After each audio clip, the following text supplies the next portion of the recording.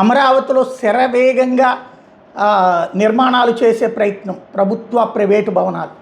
ఆ సందర్భంగా ఓ bank head office నిర్మాణ పనుల కోసం వచ్చిన వెంకటేశ్వర నాయక్ అనే కార్మికుడు వడదెబ్బకి చనిపోయాడు. వడదెబ్బకి తాళలేక ప్రాణం పోగొట్టుకున్నాడు. దాదాపుగా 10 మంది వరకు అక్కడే ఉన్న ఆసుపత్రిలో చేరారట. కనీసం వాళ్ళకి బెడ్లు లేకపోతే ఒకే బెడ్ మీద ఇద్దరిని పడుకోబెడుతున్నాడు తుళ్ళూరు పిహెచ్సికి. ఆసుపత్రిలో సరిపడా బెడ్లు కూడా లేవు అన్నటువంటిది మీడియా ప్రొజెక్ట్ చేస్తుంది. ప్రతి ఇద్దరికి కలిపి ఒక బెడ్ మీద కొనసాగిస్తున్నారు అన్నటువంటిది. అర్జెంటుగా బెడ్లు ఏర్పాటు చేయడము, ఎండ తీవ్రతతో అల్లాడిపోతున్నారు. అక్కడ 40-45 డిగ్రీలు, 40 కూడా కాదు, 45, 46, 47 అట్లా ఉన్నటువంటి సందర్భం.